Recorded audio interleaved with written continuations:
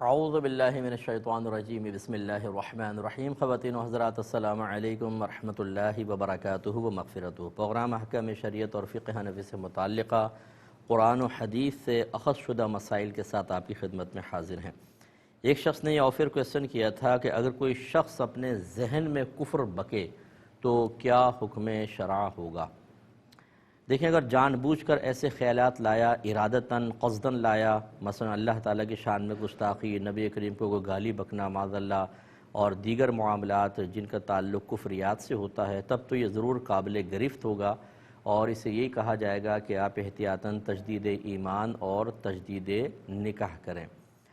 اور اگر فرض کر لیں جان بوجھ کے ذہن میں لا کر ان کا اعتقاد بھی رکھتا ہے کہ یہ ٹھیک ہیں، پھر تو مرتد ہو جائے گا اور اسے اب تجدید ایمان واجب فرض ہوگا اور تجدید نکاح بھی لازم ہوگا، اس کے بغیر زوجہ کے پاس نہیں رہ سکتا۔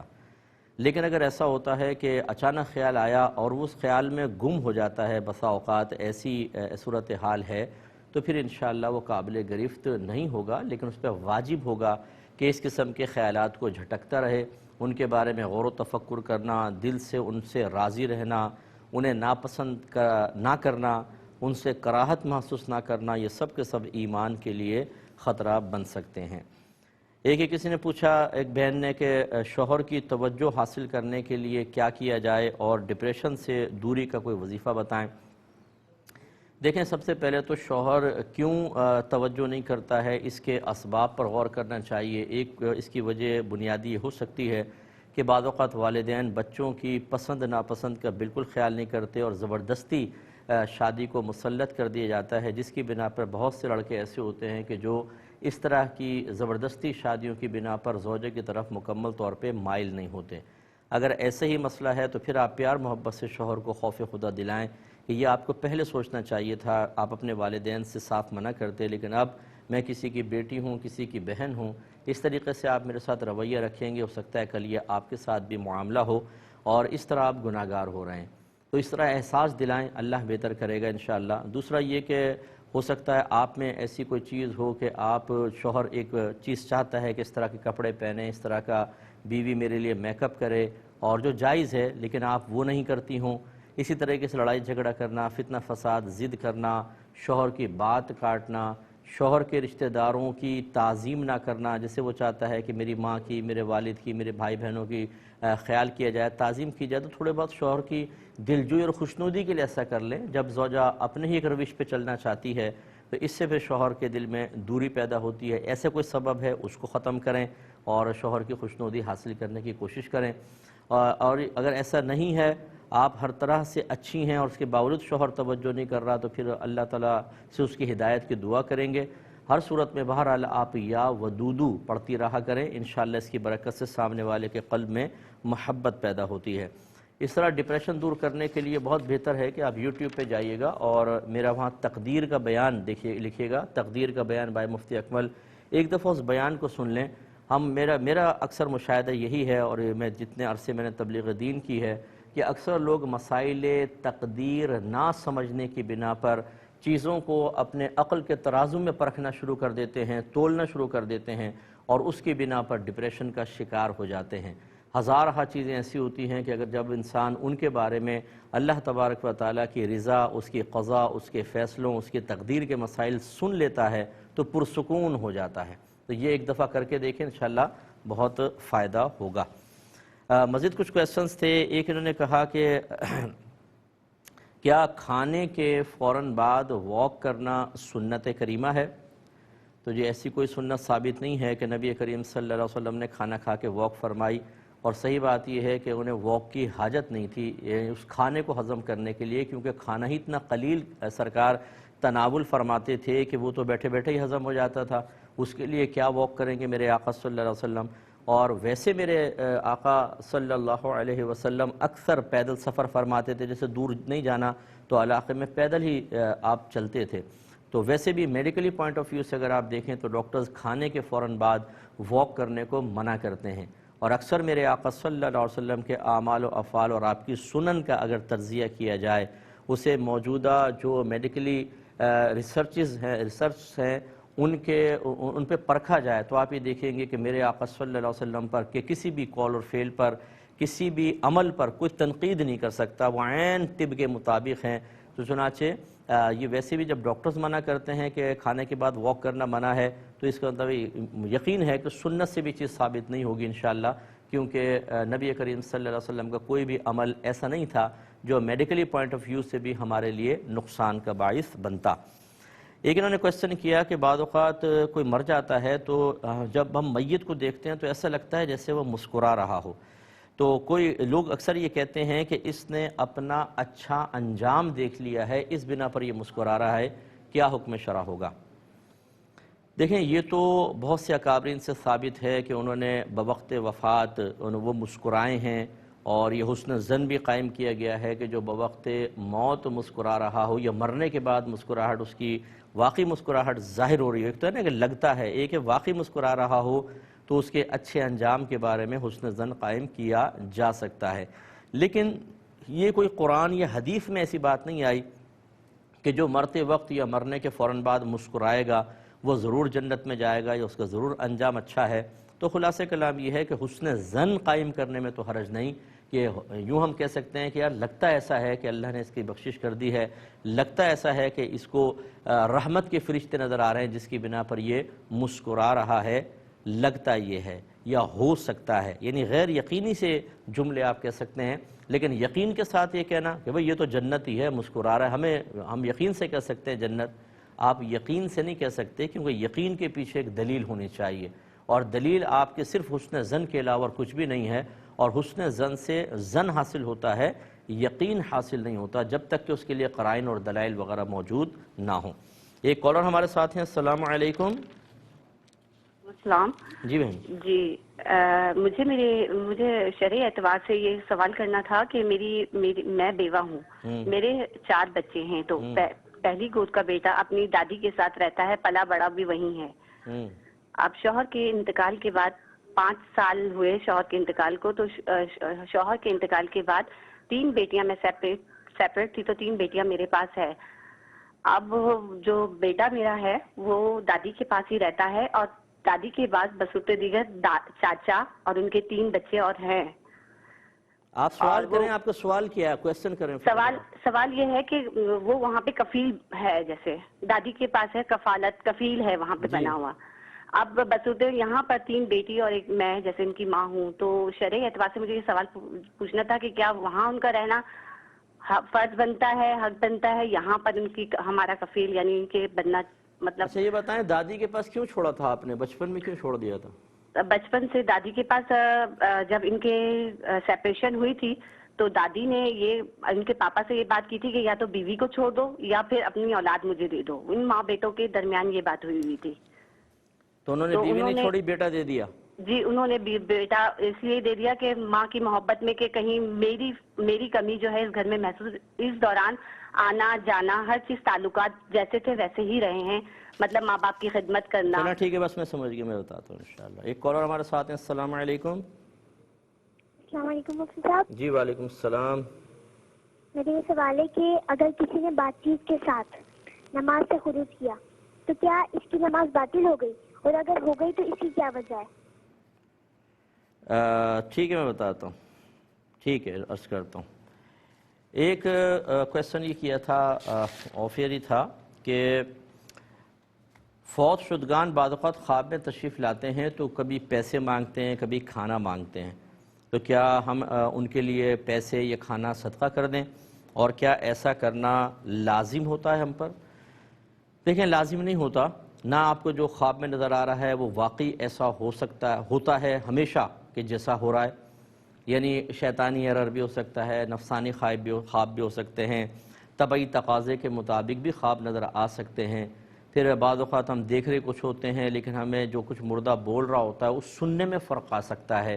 جیسے ایک شخص حضرت امام ابو جعفر صادق رضی اللہ تعالی عنہ کی خدمت میں حاضر ہوا اور اس نے کہا کہ میں نے خواب میں نبی کریم صلی اللہ علیہ وسلم کی زیارت کی، آپ نے مجھے فرمایا کہ تم شراب پی لو، معاذ اللہ۔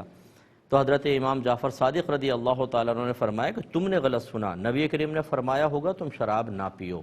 تو یوں سننے میں بھی فرق آ سکتا ہے. تو بہرحال خلاصہ کلام یہ ہے کہ خواب جو ہیں جو عام لوگوں کے خواب ہوتے ہیں، چونکہ یہ شرعی حجت نہیں ہوتے، کوئی شرعی دلیل نہیں ہوتے، لہٰذا ان چیزوں کو پورا کرنا کوئی آپ پر لازم نہیں ہے.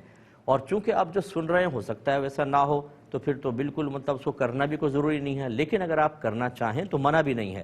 اگر مردہ کسی جائز چیز کا مطالبہ کرتا ہے، ناجائز یا حرام چیز کا مطالبہ نہ ہو تو ٹھیک ہے. جیسے کھانا مانگا تو آپ صدقہ کر دیجئے، پیسے مانگے تو تھوڑے بہت پیسے صدقہ کر دیں، یہ ٹھیک ہے، اس کو منع نہیں کیا جائے گا. لیکن اس کو یہ سمجھنا کہ نہیں کیا تو مردے کو اذیت اور تکلیف ہوگی، یا ہم گناہ گار ہو جائیں گے اگر کہنا نہیں مانا. جیسے ماں باپ تھے خواب میں آئے تو اب ماں باپ کا کہنا نہ ماننا گناہ ہوگا، ایسی کوئی بات نہیں ہے. کیونکہ آپ کا خواب شرعی حجت نہیں ہے، اسے پورا نہ بھی کیا جائے تو کوئی گرفت نہیں ہوتی ہے. ایک مزید کالر ہمارے ساتھ ہیں. السلام علیکم. وعلیکم السلام. جی بھائی جان. سر 5 بھائی اور 3 بہنیں ہیں اور والد صاحب کا انتقال ہو گیا. 3 بہنیں جو ہیں وہ شادی شدہ ہیں، بھائی بھی ساری شادی شدہ ہیں. جی. تو والد صاحب کا انتقال ہو گیا. جو 4 بھائی ہیں وہ کہتے ہیں یہ جو مکان ہے نا ہمارا وہ ہم نے چھوٹے بھائی کو دینا ہے، اور ایک بھائی کہتا ہے میں نے اس کے ساتھ رہنا ہے. تو وہ چھوٹا بھائی کیا وہ مکان لے سکتا ہے شرعی طور پہ، یا اس کو پیسے ادا کرنے پڑیں گے سب بھائیوں بہنوں کو؟ یعنی سب راضی ہیں اس پر کہ اس کو دے دیں مکان؟ جی بھائی جو ہیں وہ 3 تو راضی ہیں، چوتھا کہتا ہے میں نے دینا ہے لیکن ابھی نہیں. اچھا اچھا ٹھیک ہے، میں عرض کرتا ہوں. ایک مختصر سا بریک لیں گے، ہمیں یقین ہے آپ ہمارے ساتھ ہی رہیں.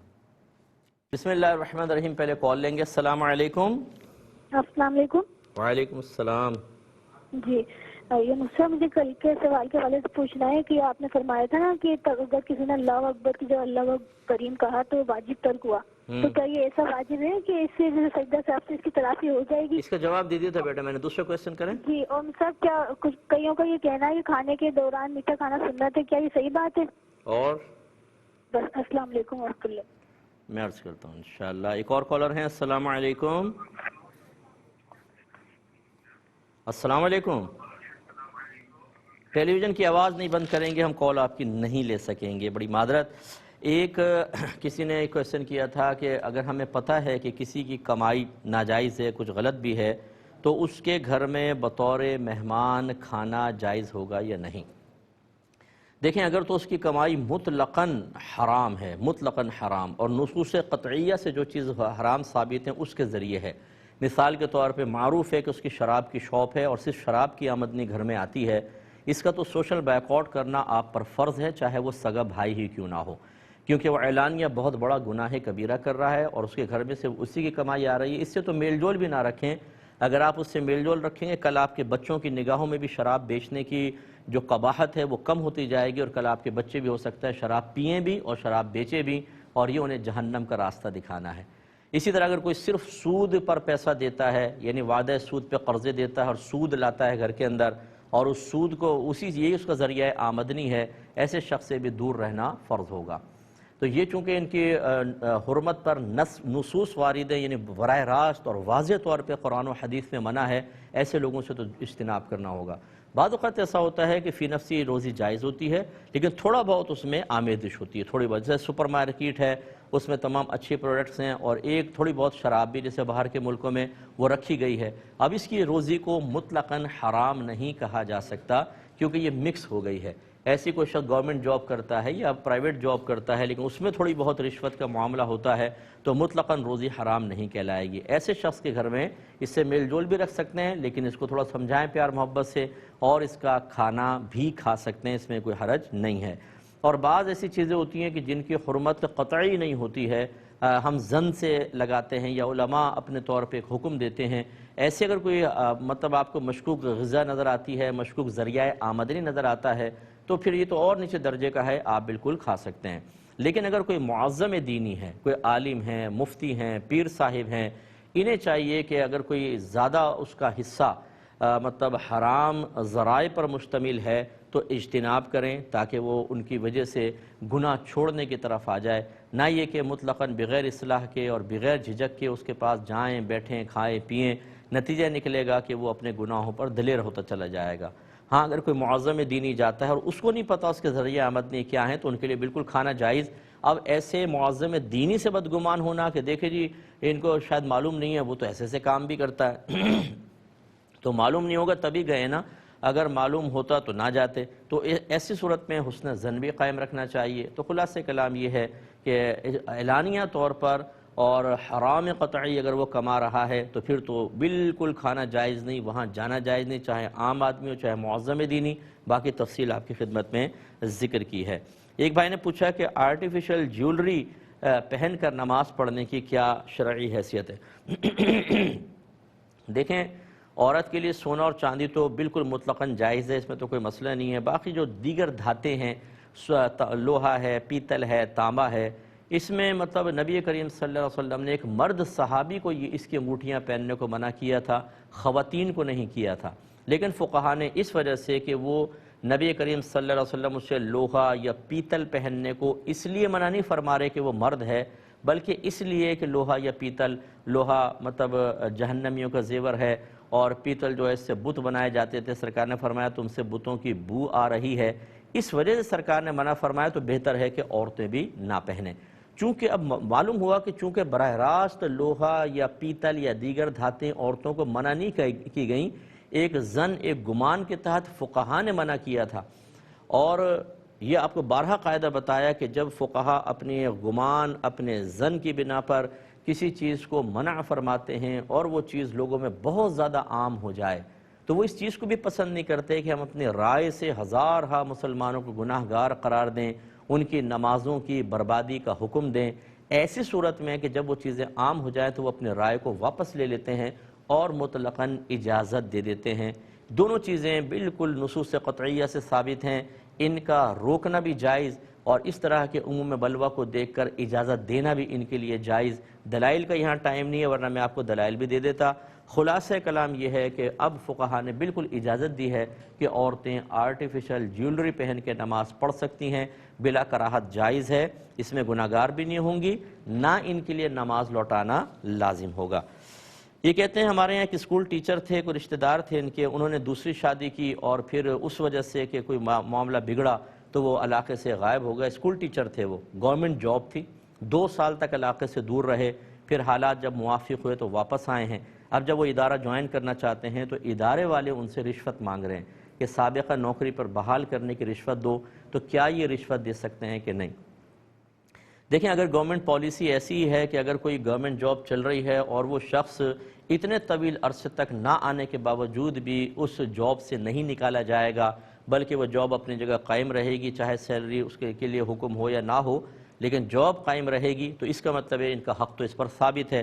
تو اب اس کے لیے رشوت دینا ان کے لیے شرعاً جائز ہوگا، لیکن لینے والے گناہ گار ہوں گے۔ اور اگر صورتحال یہ ہے کہ ایک مخصوص ٹائم پیریڈ گزرنے کے بعد وہ جاب ہاتھ سے چلی جائے گی، کسی اور کو دی جائے گی، اب یہ صاحب پہنچ گئے اور وہ کہتے ہیں کہ اس جاب کو ہم تمہارے دوبارہ تمہیں دیتے ہیں لیکن اتنا پیسہ دے دو، تو چونکہ اب اس جاب پر ان کا حق نہیں رہا، کسی اور کا حق اب اس میں شامل ہو گیا ہے، اب اگر یہ رشوت دے کے اس جاب کو حاصل کریں گے تو یقیناً یہ بھی گناہ گار ہوں گے اور وہ بھی گناہ گار ہوں گے۔ اس تفصیل کی روشنی میں اس مسئلے کا نتیجہ یا حل وہ اپنے حق میں اچھی طرح معلوم کر سکتے ہیں۔ کسی نے پوچھا کہ مرغی یا مچھلی پر فاتحہ پڑھنا جائز ہے؟ اس پہ فاتحہ ہو جاتی ہے، فاتحہ مطلب نیاز وغیرہ ہو جاتی ہے، جیسے کھانا کھلاتے ہیں، اور نیاز کا ہم بارہا آپ کو تصور پیش کر چکے ہیں کہ کھانا یا کوئی بھی چیز فقط اللہ کے لیے پکے گی، ثواب بھی اللہ تبارک و تعالی ہی عطا فرمائے گا، اس کے ذریعے قرب بھی صرف اللہ تعالیٰ کا ہی مقصود ہو، کسی بزرگ کے لیے کھانا نہیں بنا رہے، ان کی رضا کے لیے نہیں بنا رہے، ان کا قرب حاصل کرنا مقصود نہیں، صرف اللہ کے لیے ہے۔ ہاں یہ ہوگا کہ جن کا ارادہ ہے کہ وہ ان بزرگ کو ہم نے ثواب پہنچانا ہے، ایصال ثواب کرنا ہے، ان کی طرف آپ منسوب کر سکتے ہیں کہ یہ غوث پاک کی نیاز ہے، ارادہ یہ ہے کہ یہ کھانا لوگ کھائیں، اللہ تعالیٰ ہمیں جو ثواب دے وہ ہم اس کو فلاں بزرگ کو ایصال کر دیں۔ اور اس میں جب یہ تصور آپ کے ذہن میں آ گیا، اس میں کوئی شریعت نے کنڈیشن نہیں لگائی کہ یہ مرغی پر ہو، مچھلی پر نہ ہو، یا سبزی کے اوپر ہو، دال پر نہ ہو، ایسا کچھ نہیں ہے۔ مرغی، مچھلی وغیرہ سب، بریانی بنائیں، سالن بنائیں، آپ میٹھا بنائیں، ہر چیز کو آپ اللہ کی رضا کی خاطر غریبوں کو کھلائیں، اور اس کا ثواب جس کو آپ کو بھیجنا ہے، ایصال کرنا ہے، ان کی نیت کر لیں، انشاءاللہ اللہ کی رحمت سے امید ہے ان کو ثواب حاصل ہو جائے گا۔ ایک کویسچن آف ایئر تھا کہ جو مسلمان اور نیک جنات ہیں کیا یہ جنت میں جائیں گے؟ دیکھیں ہم قرآن و حدیث کے دلائل دیکھتے ہیں، یعنی ان میں جو حدیثیں جنتیوں کے بارے میں صرف انسانوں کے بارے میں ہیں، جنات کے بارے میں نہیں ہیں۔ لیکن یہ ضرور ہے کہ نیک جنت میں جائیں گے، متقین جنت میں جائیں گے، اس سے ایسا لگتا ہے کہ جنات بھی جائیں گے۔ تو اس لیے امام اعظم ابو حنیفہ رضی اللہ تعالیٰ عنہ کے ایک قول کے مطابق جنات جنت میں نہیں جائیں گے، بلکہ جنت اور دوزخ کے درمیان ایک علاقہ ہوگا، وہاں ان کو رکھا جائے گا، اور بعض ائمہ یہ کہتے ہیں کہ وہ جنت میں جائیں گے۔ تو خلاصہ کلام یہ ہے کہ دلائل ظاہرہ اگر دیکھیں تو کبھی کوئی دلیل ایسی موجود نہیں کہ جنات بھی جنت میں جائیں، کہ حدیث میں ہو سرکار نے فرمایا ہو جنات جنت کے فلاں حصے میں رہیں گے، ایسا نہیں ہے۔ حسن ظن قائم کر سکتے ہیں کہ اللہ تبارک و تعالیٰ ان کو انعام دے گا، یا جیسے بعض اکابرین نے لکھا کہ ان کو انسانوں کے ساتھ جنت میں نہیں رکھا جائے گا، بلکہ ان کے لیے کچھ اور انعام ہوگا، لیکن معاذ اللہ یہ نہیں ہے کہ ان کو جہنم میں ڈالا جائے۔ ہاں، جہنم میں جانے کے اوپر بالکل نصوص قطعیہ موجود ہیں، شیطان کے بارے میں ہے اور اس کے جو چیلے ہیں وہ جہنم میں جائیں گے۔ جنت کے بارے میں دلائل موجود نہیں ہیں، یا واضح طور پہ دلائل موجود نہیں ہیں، اس لیے وہاں ظن سے کام لیا گیا۔ لیکن یہاں تو نصوص قطعیہ ہیں، جنات جو کافر ہوں گے، جو فاسق فاجر ہوں گے، اگر اللہ ان سے ناراض ہوا تو وہ ضرور جہنم میں جائیں گے۔ یہ کہتے ہیں اگر کوئی ایک کپڑا اندر پہنے ہوا تھا، پھر اس کے اوپر ایک اور کپڑا پہن لیا، اور اندر جو کپڑا تھا اس کی آستین اوپر چڑھی ہوئی تھی، اور اس نے ایسے ہی نماز پڑھ لیا، تو کیا حکم شرع ہوگا؟ دیکھیں نماز تو ہو جائے گی، ویسے بزرگان دین نے کیونکہ حدیث میں یہ آیا کہ سرکار نے نماز کا الٹا کپڑا پہن کر نماز پڑھنے سے منع فرمایا، کپڑا گھرسنے یعنی اس طرح اندر فولڈ کرنے سے منع فرمایا، اور آستین اگر آپ کے اندر ہے تو وہ بظاہر اس حدیث کے تحت فقہا یہ فرماتے ہیں فولڈ شدہ کپڑے کے ساتھ نماز پڑھنا مکروہ ہے۔ لیکن چونکہ اوپر کپڑا ڈھکا ہوا تھا، ظاہری اعتبار سے وہ نظر نہیں آ رہا ہے، اور وہ اس طرح کے کپڑے پہن کر انسان عام لوگوں کے سامنے جانے میں بھی شرم یا عار محسوس نہیں کرتا ہے، اس لیے حکم اجازت کا ہی ہوگا۔ تو بس آئندہ احتیاط کر لیں، لیکن یہ نماز ہو گئی اور اس کو لوٹانے کی بھی حاجت نہیں ہے۔ موجودہ کویسچن لے لیتے ہیں، پھر انشاءاللہ ہم آگے چلیں گے۔ ایک انہوں نے کہا کہ بہن نے بڑا دردناک سی بات بتائی کہ ان کے 4 بچے تھے، پہلا بیٹا ہوا، پھر 3 بیٹیاں ہوئیں، ان کی ساس جو تھیں وہ اس شادی پہ ناراض ہوئیں بہت زیادہ، اور انہوں نے کنڈیشن رکھ لی کہ یا تو بیوی کو طلاق دو یا اپنا پہلا بچہ میرے حوالے کرو، تاکہ میں اپنے بیٹے کی کمی محسوس نہ کروں۔ اور ماں سے ایک بچے کو چھین لیا گیا، اور وہ ساس صاحبہ نے اس کو پالا ہے، اور اب وہ بچہ انہی کے ساتھ انہی کا کفیل بن کے رہتا ہے، وہ ادھر نہیں آتا، کیا حکم شرع ہوگا؟ پہلی بات تو اچھی طرح یاد رکھیں کہ کہیں یہ شریعت میں تصور نہیں ہے کہ ماں باپ ہیں اور وہ اپنے بچے کو کسی کو پالنے کے لیے دے دیں۔ کفیل کے بارے میں تو ہے، کسی غریب بچے کو کفالت کر لیں، یتیم کو اپنے گھر میں رکھ سکتے ہیں، لیکن اس طرح کرنا کہ کوئی ایک ماں تڑپ رہی ہو، باپ تڑپ رہا ہو، وہ زندہ ہوں، اپنے بچے کو دوسرے کے حوالے کر دینا کہ وہ پالے، چاہے کتنا ہی اچھا پالے، لیکن کم از کم اتنا تو ہے کہ وہ ماں جو پیار سے سینے سے لگاتی ہے، اور اس طرح دوسرے اگر بچے ہیں جس طرح ماں ان میں پیار تقسیم کرتی ہے، باپ شفقت فرماتا ہے، یہ بچہ تو محروم رہے گا۔ اس طرح کسی کو دینا شرعاً صحیح نہیں ہوتا ہے، اچھی طرح یاد رکھیں۔ ہاں تھوڑی دیر کے لیے گھر چھوڑ دیا دادی جان کے پاس، 2 گھنٹے 3 گھنٹے، پھر اپنے واپس لے آئے، یہ الگ بات ہے، اور مطلقاً دے دینا یہ شرعی لحاظ سے بالکل صحیح نہیں ہے۔ اس کا بقیہ حصہ انشاءاللہ میں عرض کرتا ہوں ایک مختصر سے بریک کے بعد۔ بسم اللہ الرحمن الرحیم، تو اس کا ہم جواب دے رہے تھے۔ دوسرا، میں بارہا یہ بات عرض کرتا ہوں، بہت سے بھائی بہنیں برا بھی مان جاتے ہیں، ماننا نہیں چاہیے، کہ یہ ہماری کم علمی کا نتیجہ ہوتا ہے۔ اب بیٹے نے اگر شادی کی ہے، یا تو آپ شادی سے پہلے بیٹے کی تربیت ایسی کرتے کہ وہ آپ کی رضا کے مطابق شادی کرتا، اگر نہیں کی ہے، تربیت نہیں کی، فرض کر لیں، اور بیٹے نے کہیں پر شادی کی، تو عاقل بالغ لڑکا از خود اپنا نکاح کر سکتا ہے، چاہے کفو میں کرے چاہے غیر کفو کے اندر کرے۔ کفاءت لڑکی کی طرف سے دیکھی جاتی ہے، لڑکے کی طرف سے، یعنی لڑکی کا شادی از خود کر رہی ہو تو بھئی لڑکا کفو ہونا چاہیے، لیکن لڑکا کسی لڑکی سے شادی کر رہا ہو تو یہ خاندان والے پھر ہم پلہ اور غیر ہم پلہ نہیں دیکھیں گے، لڑکا کسی بھی لڑکی سے شادی کر سکتا ہے۔ تو شرعی لحاظ سے اس نے کوئی قصور نہیں کیا، لیکن وہ دادی جان نے ایک ایسی کنڈیشن لگا دی جو بالکل خلاف شرع اور شدید قسم کے گناہ پر مشتمل تھی، کیونکہ قطع رحمی کروائی ہے۔ اور اگر ایسا ہی ہوا کہ انہوں نے بچے کو ملنے بھی نہیں دیا، جیسے کچھ دن پہلے بھی ایک کویسچن آیا تھا کہ میرا بچہ دیور کو دلوا دیا گیا، شوہر نے دلوا دیا، اور اب وہ ملنے بھی آتے ہیں تو بچے کو ساتھ نہیں لاتے ہیں، کہیں ماں سے مانوس نہ ہو جائے، وہ کئی سال سے بچہ ان کے ساتھ ہے، یہ کتنا بڑا گناہ کبیرہ ہے، کچھ انتہا نہیں۔ اور وہ اماں جان نے کنڈیشن لگا کر اپنے آخرت کی بربادی کا سامان کیا۔ اس پر ان کو بھی اللہ کی بارگاہ میں توبہ کرنی چاہیے، جس کی امید اس لیے کم ہے کہ ایسے لوگ، پہلی بات تو یہ ہے کہ دین کو سیکھنا نہیں چاہتے، سیکھتے ہیں تو عمل نہیں کرنا چاہتے بلکہ الٹا ناراض ہو جاتے ہیں۔ میں بارہا یہ بھی سمجھا چکا ہوں کہ ماں باپ ہونے کا مطلب یہ نہیں ہے کہ آپ اپنے بچوں کے حق میں جیسا مرضی فیصلہ کریں، میدان معاشر میں آپ کو چھوٹ مل جائے گی۔ اگر آپ غلط فیصلے کریں گے، ناجائز فیصلے کریں گے، تو آپ کے لیے وہ تمام نصوص موجود ہیں جو کسی ظلم کرنے والے کے لیے ہیں، جو زیادتی کرنے والے کے لیے ہیں، میدان معاشر میں گرفت ہوگی۔ لیکن اولاد کو حق حاصل نہیں ہے کہ وہ ماں باپ کی گرفت کرے، اللہ تبارک و تعالیٰ گرفت فرما سکتا ہے، اس لیے اولاد مطلب سر جھکائے لیکن گرفت نہ کرے۔ تیسری بات یہ ہے کہ اب آپ کے شوہر کا بھی قصور تھا، اگر ماں نے غلط مطالبہ کیا، اطاعت اور فرما برداری وہیں جائز ہے جو حکم دائرہ شریعت میں دیا جائے۔ نبی کریم صلی اللہ علیہ وسلم کی واضح حدیث موجود ہے کہ اللہ تبارک و تعالیٰ کی نافرمانی میں کسی مخلوق کی اطاعت جائز نہیں ہے۔ یہ آپ کے شوہر کی والدین، آپ کی ساس کا بیجا مطالبہ تھا، یہ شوہر کو منع کرنا چاہیے تھا، اس طرح ایک ماں سے بچے کو جدا نہیں کیا جا سکتا، یہ انہوں نے غلط حکم دیا تھا۔ اس میں خاموش رہتے، کہنا نہ مانتے، اس پہ چاہے ماں ناراض ہوتی، چاہے ہاتھ اٹھا کے بددعائیں دیتی، وہ خود اپنے لیے وبال آخر جمع کرتی، اولاد کا اس میں کوئی قصور نہیں۔ نافرمانی کے حکم کے جواب میں اسی طرز عمل کا حکم دیا گیا، لیکن آپ کے شوہر نے بھی غلطی کی۔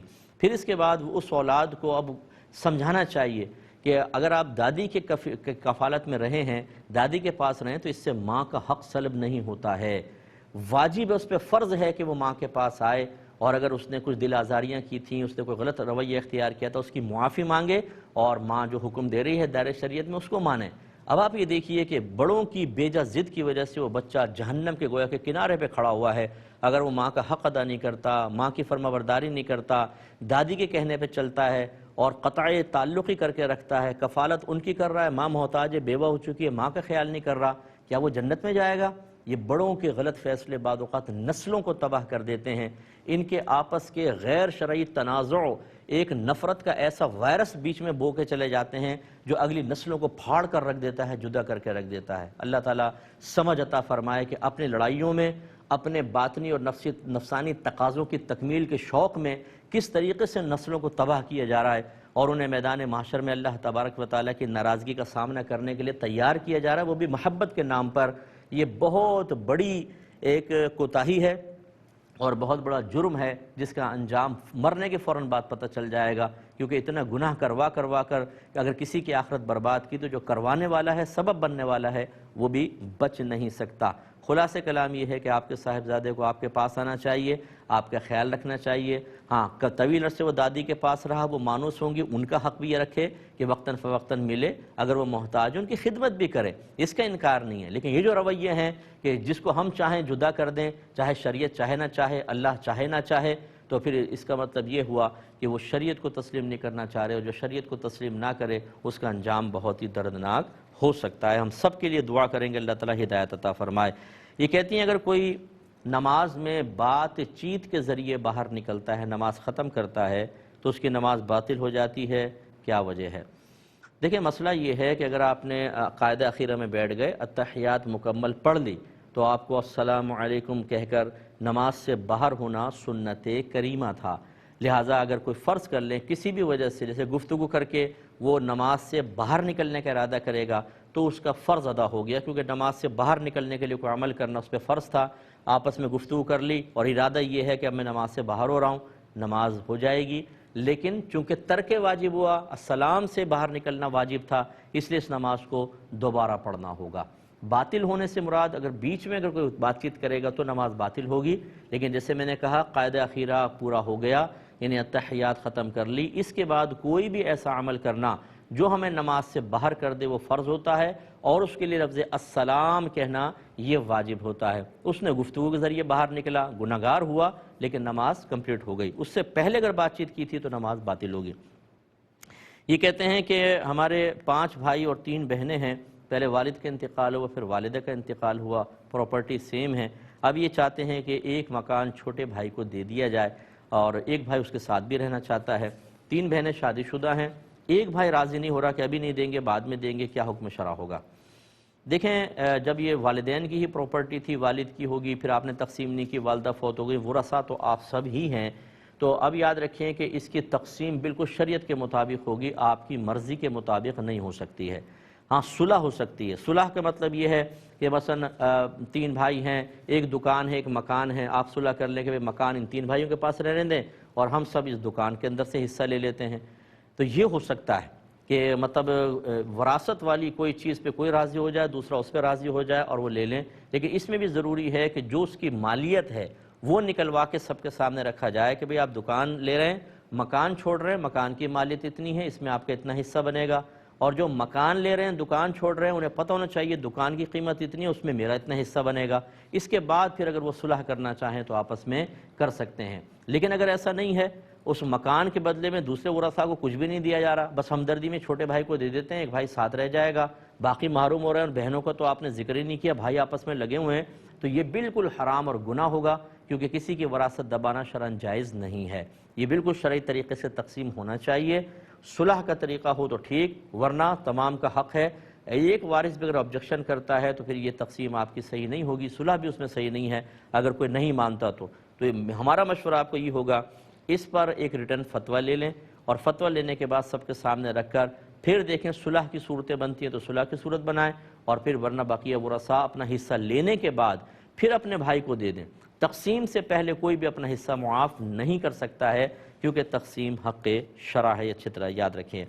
ایک یہ کویسچن کیا کہ کھانے کے دوران کیا میٹھا کھانا سنت ہے, یہ کہا جاتا ہے. جی یہ اس طرح کہنا صحیح نہیں ہے. درمیان میں میٹھا کھانا سنت نہیں ہے. نبی کریم کے بارہا ثابت ہے, آپ نے تناول فرمایا, کھانا بیچ میں میٹھا نہیں کھایا, یہ کہنا غلط ہے. ہاں یوں ہے کہ اگر میٹھا ہو تو اس کے شروع اور آخر میں نمکین کھانا سنت ہے, یہ آپ کہہ سکتے ہیں. سرکار جب میٹھا تناول فرماتے اس کو درمیان میں رکھتے اور شروع اور آخر میں نمکین تناول فرماتے, یہ تو ہے. لیکن یہ کہنا میٹھا کھانا کھانے کے دوران میٹھا کھانا سنت ہے, اس کا مطلب تو یہ ہے کہ 6 لقمے کھائے, 12 لقمے کھانے تھے, 6 کھانے کے بعد کھیر کے 2 چمچے کھاؤ, پھر 6 لقمے کھاؤ تاکہ بیچ میں میٹھا کھانا سنت پورا ہو, ایسا نہیں ہے. ہاں اگر میٹھا موجود ہے تو درمیان میں کھا لیں, اول آخر جو ہے نمک اور مرچ والی کوئی چیز کھا لیں, یہ مستحب اور سنت کہلائے گا. ایک انہوں نے کہا تھا, ایک بھائی نے کہا کہ میں نے منت مانی تھی کہ اگر میرا ایک کام ہو گیا تو میں اللہ کی رضا کی خاطر ایک دیگ پکا کے غریبوں میں کھانا کھلاؤں گا. کہتے ہیں اب کیا کروں, اس کو کس طریقے سے کھلاؤں, کام ہو گیا ہے, مسجد میں محفل کر کے کھانا کھلاؤں یا کسی مزار پر دیگ بھیج دوں اور وہاں لوگوں کو کھانا کھلاؤں, کیا حکم شرع ہوگا. دیکھیں چونکہ آپ نے مطلقاً منت مانی تھی کھانا کھلانے کی, اس میں فرض کر لیں اگر آپ مقام کی تعیین کرتے تب بھی پابندی لازم نہیں تھی. جیسے اگر آپ یوں کہتے کہ اللہ تعالیٰ کا میرے کام ہو گیا فلاں مزار پر ایک دیگ چڑھاؤں گا, تو دیگ تو آپ کو کھانا تو کھلانا چاہیے, لیکن اس مزار کی پابندی اب بھی لازم نہیں ہوگی, گھر پہ کھلا دیں کوئی مسئلہ نہیں. اور یہاں تو آپ نے کسی مقام کی تعیین کی ہی نہیں ہے, تو آپ کو یہ تکلفات کرنے کی کوئی حاجت نہیں ہے. محفل کروائیں گے اس میں اتنا خرچہ ہوگا, اور مزار تک لے کے جائیں گے وہاں پر, اور اکثر میں نے دیکھا ہے مزارات پر اچھے لوگ بھی ہوتے ہیں, اس کا انکار نہیں ہے, لیکن یہ سارے چرسی موالی زیادہ تر وہاں پہنچ جاتے ہیں اور کھانا کھا کے نہ اللہ کی مانتے ہیں, نہ رسول کی مانتے ہیں, نہ صاحب مزار کی اطاعت کے لیے تیار ہوتے ہیں. اس سے بہتر اپنا کھانا ایسے لوگوں کو کھلائیں کہ جن کے پیٹ میں پہنچے تو وہ اس کھانے کو, اس توانائی کو اللہ کی فرما برداری میں خرچ کریں, اور آپ کے لیے تھوڑا بہت ہی صحیح لیکن ثواب جاریہ ہو, کہ جب تک اس توانائی سے وہ نیک عمل کرتا رہے گا آپ کے لیے ثواب جاریہ ہوگا. تو بہت بہتر ہے کہ قریب دیکھیں کوئی اچھا دینی مدرسہ ہو جہاں پڑھنے والے بچے اچھے انداز سے پڑھ رہے ہوں, وہاں پہ وہ دیکھ پہنچا دیں, وہ غریب طلباء کو کھلا دیں گے, انشاءاللہ آپ کے لیے بہت اچھا ثواب جاریہ ہوگا. ایک کویسچن یہ تھا کہ بچی نے کہا کہ مجھے حیض نہیں آ رہا, اس کی کوئی دعا بتا دیں. دیکھیں سب سے پہلے تو آپ میڈیکلی پوائنٹ آف ویو سے دیکھیں, ڈاکٹر کو چیک کروائیں, اور اس کے علاوہ الحمد شریف 7 مرتبہ, یہ ہر بیماری کے لیے ہے, اور جو بھی سن رہے ہیں ان کو اجازت ہے اس کے پڑھنے کی. 7 دفعہ الحمد شریف پڑھ کر اول آخر 3 مرتبہ درود پاک پڑھیں, پانی پر دم کریں, اور وہ پانی شفا کی نیت سے پئیں. اللہ کی رحمت سے امید ہے انشاءاللہ آپ کا مسئلہ حل ہوگا. آخری کویسچن کہ درود اور استغفار اگر ہم کریں, درود پڑھیں استغفار پڑھیں, تو کیا اس کا ثواب ایصال کر سکتے ہیں؟ تو بالکل کر سکتے ہیں. آپ جو بھی نیکی کریں یہ دل میں نیت کر لیا کریں, اللہ تعالیٰ اس کا ثواب نبی کریم صلی اللہ علیہ وسلم کی خدمت میں اور آپ کے وسیلے سے تمام امت کو پہنچ جائے, انشاءاللہ پہنچے گا. اب اپنے میزبان کو, ہماری QTV کی پوری ٹیم کو اجازت مرحمت فرمائیں. آپ ہمارے لیے دعا کیجیے, ہم آپ کے لیے دعا گو ہیں کہ اللہ تبارک و تعالیٰ آپ کو نیک اور پرہیزگار بنائے. آمین. وآخر دعوانا ان الحمدللہ رب العالمین.